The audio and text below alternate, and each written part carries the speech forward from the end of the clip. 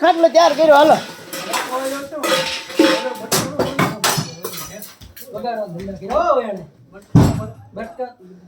કાંઈ આમાં યાર નહીં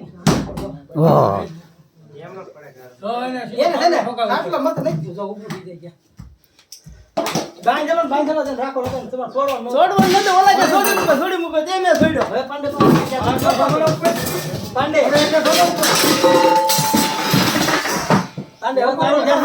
રે 4-5 જણા આવો ચાલે થાય 2 જણા હાથમાં નો રે હોય 2 જણા હાથમાં નો રે બધા આવે સરસ